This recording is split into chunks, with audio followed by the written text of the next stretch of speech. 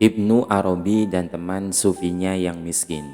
Ikhwani ibadallah, terkadang orang yang hatinya selalu dipenuhi dengan dunia atau cinta kepada dunia, hubbud dunya, adalah orang yang miskin.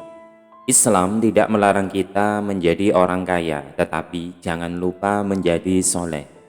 Untuk memudahkan pemahaman ini, mari kita simak kisah berikut ini. Dikatakan seorang ulama sufi yang terkenal bernama Ibnu Arabi merupakan seorang sufi yang kaya raya.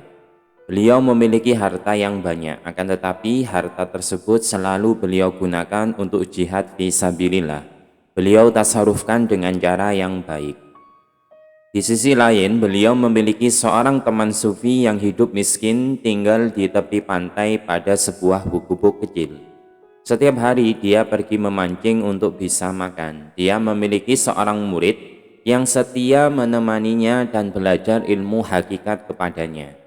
Pada suatu hari, si sufi yang miskin tersebut meminta kepada muridnya untuk pergi ke rumahnya Ibnu Arabi. Dia berkata kepada muridnya, "Pergilah ke rumahnya Ibnu Arabi, bilanglah kepadanya bahwa aku mengutusmu untuk meminta nasihat kepada beliau."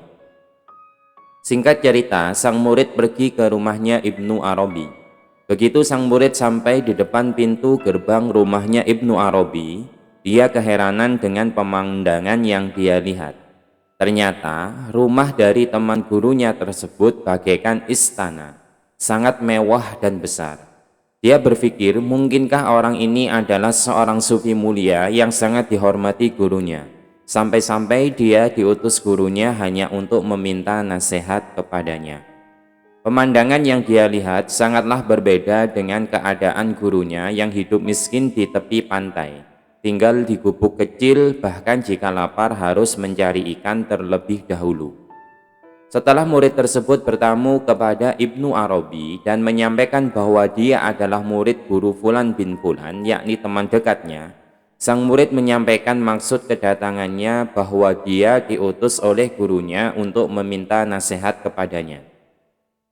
Setelah mendengar maksud kedatangan murid tersebut, akhirnya Ibnu Arabi diam sejenak lalu berkata, "Sampaikan kepada gurumu salam dari aku, dan sampaikan kepadanya jika ingin derajatnya dinaikkan oleh Allah, jangan terlalu sering memikirkan dunia atau hubbud dunya atau cinta dunia." Mendengar nasihat tersebut, sang murid syok dan kaget, seakan-akan tidak percaya dengan kalimat nasihat dari Ibnu Arabi yang ditujukan kepada gurunya. Dia berpikir, bukankah seharusnya kebalik? Seharusnya gurunya yang miskinlah yang harus menasehati Ibnu Arabi dengan kalimat itu. Karena justru Ibnu Arabi secara dohir hidupnya berkelimbangan dengan dunia, rumahnya mewah, kendaraan banyak, bajunya juga mewah. Sedangkan gurunya secara dohir sangat menjauhi dunia, hidupnya serba kekurangan, satu-satunya baju yang dia punya adalah yang sekarang menempel di badannya. Akan tetapi sang murid tersebut tidak berani menjawab atau membantah. Dia hanya bisa mengucapkan terima kasih dan berpamitan dari rumahnya Ibnu Arabi untuk segera menemui gurunya dan menyampaikan nasihatnya. Begitu sampai di hadapan gurunya, sang guru bertanya kepada muridnya, "Nasihat apakah yang disampaikan Ibnu Arabi untukku?" Dengan sedikit ragu, muridnya menjawab, "Ibnu Arabi menyampaikan salam kepada guru dan menyampaikan jika ingin derajatnya dinaikkan oleh Allah, jangan terlalu sering memikirkan dunia atau hubbud dunya atau cinta dunia." Mendengar nasihat tersebut, kemudian sang guru menangis, kemudian berkata kepada muridnya, "Memang benar apa yang disampaikan oleh Ibnu Arabi. Meskipun aku hidup serba kekurangan, jauh dari kesenangan dunia, tetapi terkadang ketika aku makan hanya bisa dengan ikan yang aku tangkap, memakai baju hanya satu yang aku pakai, atau tidur dalam gubuk kecil, terkadang muncul keinginan di dalam hati, seandainya aku memiliki lauk yang lain selain ikan. Seandainya aku memiliki rumah yang lebih layak daripada gubuk ini. Seandainya aku memiliki baju yang lebih bagus daripada bajuku ini. Terkadang karena tidak memiliki dunia, justru aku sering memikirkan tentang dunia seandainya aku punya." Sedangkan Ibnu Arabi, meskipun dia memiliki banyak harta dunia, tetapi hatinya tidak pernah tertarik dengan dunia tersebut. Dia tasarufkan dunia itu untuk akhirat. Di hatinya tidak pernah menoleh sedikit pun kepada dunia yang dia miliki. Bahkan seandainya seluruh hartanya Allah ambil, dia tidak akan pernah merasa kehilangan. Harta yang dia miliki justru membuatnya lebih dekat dengan Allah, sedangkan kemiskinan yang aku alami justru membuatku jauh dari Allah. Ihwani ibadallah, Islam tidak melarang kita untuk menjadi kaya, tetapi jangan lupa untuk menjadi soleh. Harta dunia di tangan orang soleh yang berilmu justru akan menjadi kebaikan besar di sisi Allah.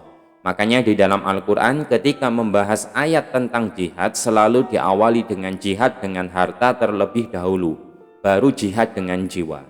Yujahiduna bi amwalihim wa anfusihim.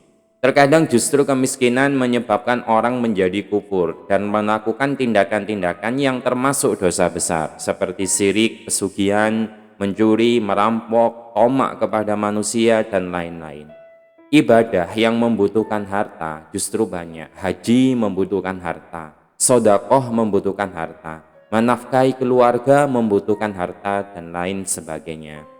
Ihwani ibadallah, ini pelajaran. Terkadang harta justru membuat kita bisa lebih dekat kepada Allah jika memang kita orang yang soleh.